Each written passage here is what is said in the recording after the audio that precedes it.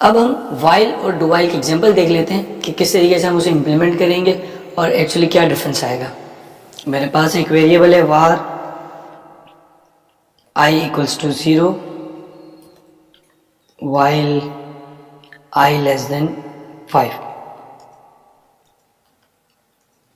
curly bracket open close console.log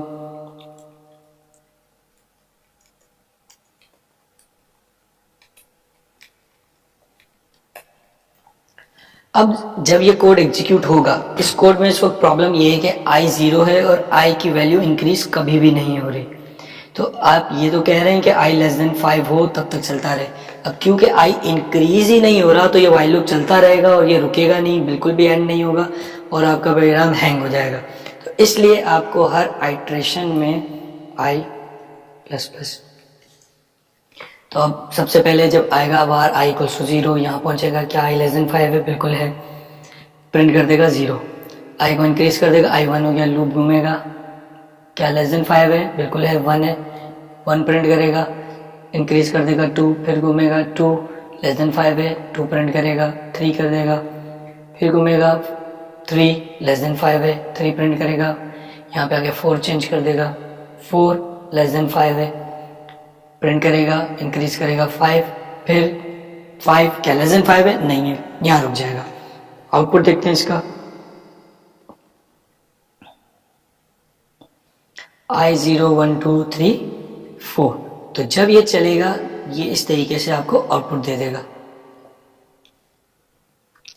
इसी condition को अगर मैं जरा सा चेंज करूं और डू लिख दूं पहले, कर्ली ब्रैकेट ओपन और क्लोज, और ये जो कोड है ये मैं उठा के डू में मूव कर दूं और while के कर्ली ब्रैकेट्स रिमूव कर दूं, ये आपका डू while हो जाएगा।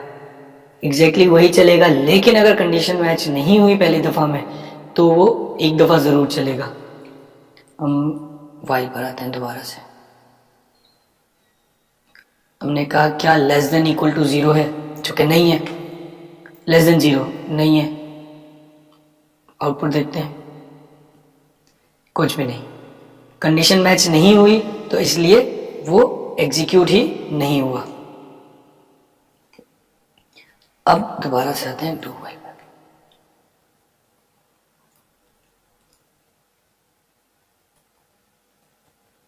क्या लेस देन 5 है, एग्जैक्टली वही आउटपुट है, कोई डिफरेंस नहीं है। फर्क सिर्फ ये है कि अब अगर मैं यहाँ पे कर दूं लेस देन इक्वल टू 0 तो अब होगा ये, एक बार तो आपका इनपुट आउटपुट आ गया, लेकिन सेकंड टाइम में आउटपुट नहीं आया। वजह इसकी ये है कि पहली बार तो बाय डिफॉल्ट एक ब्लॉक ऑफ कोड एक बार तो चलेगा ही चलेगा, उसके बाद अगर कंडीशन मैच करेगी और कंडीशन ट्रू होगी तो ये चलेगा, वरना ये नहीं चलेगा। अब हम देख लेते हैं कि यूजर के, क्योंकि हम कह रहे हैं कि while यूजर के इनपुट पे डिपेंडेंट है, तो हम यूजर के इनपुट पे डिपेंड होकर किस तरीके से इसको एग्जीक्यूट करेंगे। तो मैं लूप बना रहा हूं, एक वेरिएबल लिया var, उस एक बुलियन वेरिएबल चाहिए जिसमें मैं रखूंगा कि क्या मुझे इस लूप को कंटिन्यू करना है या नहीं। तो मैंने इसमें रख दिया do continue equals to true while, और इसमें क्योंकि while की कंडीशन को ट्रू या फॉल्स चाहिए मैंने लिखा डू कंटिन्यू, क्योंकि डू कंटिन्यू में जब तक डू कंटिन्यू में ट्रू है ये चलता रहेगा। console.log अगर मैं कर दूं हेलो, अब ये इनफाइनाइट चलता रहेगा क्योंकि डू कंटिन्यू में ट्रू है। अब मुझे किसी पॉइंट इन टाइम पे इसको रोकना है। अब कब रोकें, हम रोकें इस तरीके से कि इस लूप के अंदर हम यूजर से पूछें do you want to continue.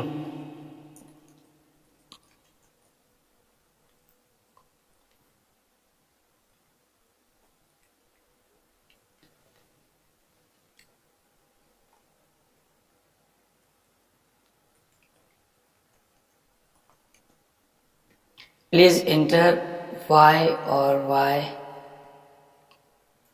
से y लिख देते हैं, y please enter y to run again. अब हम यूजर से कह रहे हैं कि अगर आपने अगेन दोबारा से चलाना है तो y एंटर करें और एनी की टू स्टॉप। अब हमने ये कहा यूजर से कि आप please enter y to run again, यानी कि आप y लिखेंगे तो हम इस कोड को फिर से एग्जीक्यूट करेंगे। अगर आपने y नहीं लिखा, कोई भी और की प्रेस की, तो हम इस लूप को ब्रेक कर देंगे। इसका मतलब ये है कि जब y आएगा तो हमें इस लूप को कंटिन्यू रहने देना है, अगर y ना हो तो इस लूप को ब्रेक कर देना है। तो यहां पर आकर अब हम चेक करेंगे if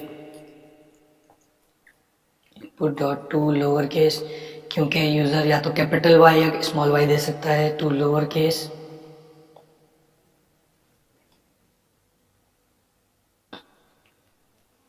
not equal to y। अगर नॉट इक्वल टू y हो तो आप कर दो डू कंटिन्यू को false.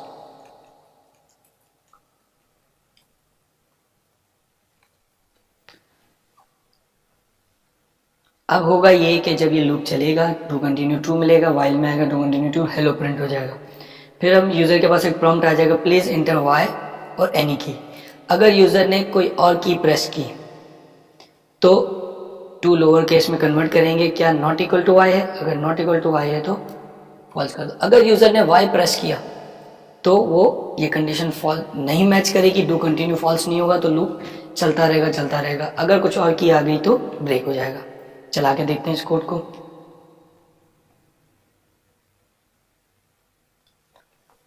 Do you want to continue?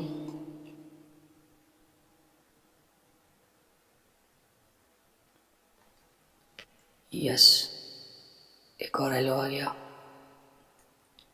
क्योंकि कंसोल है, सेम इनपुट है, इस वजह से वो ये आप काउंट आपके पास इंक्रीज हो रहा है। कैपिटल Y लिखें, स्मॉल y लिखें, आपको नजर आएगा, और इसके बजाय मैंने M प्रेस कर दिया तो ये ब्रेक हो गया, अब वो नहीं आ रहा। तो हम रिजल्ट यहाँ पे ये भी कर देते हैं कि हमें पता चल जाए।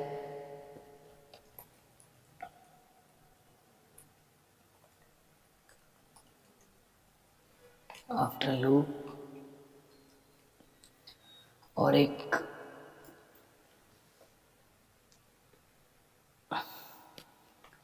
y,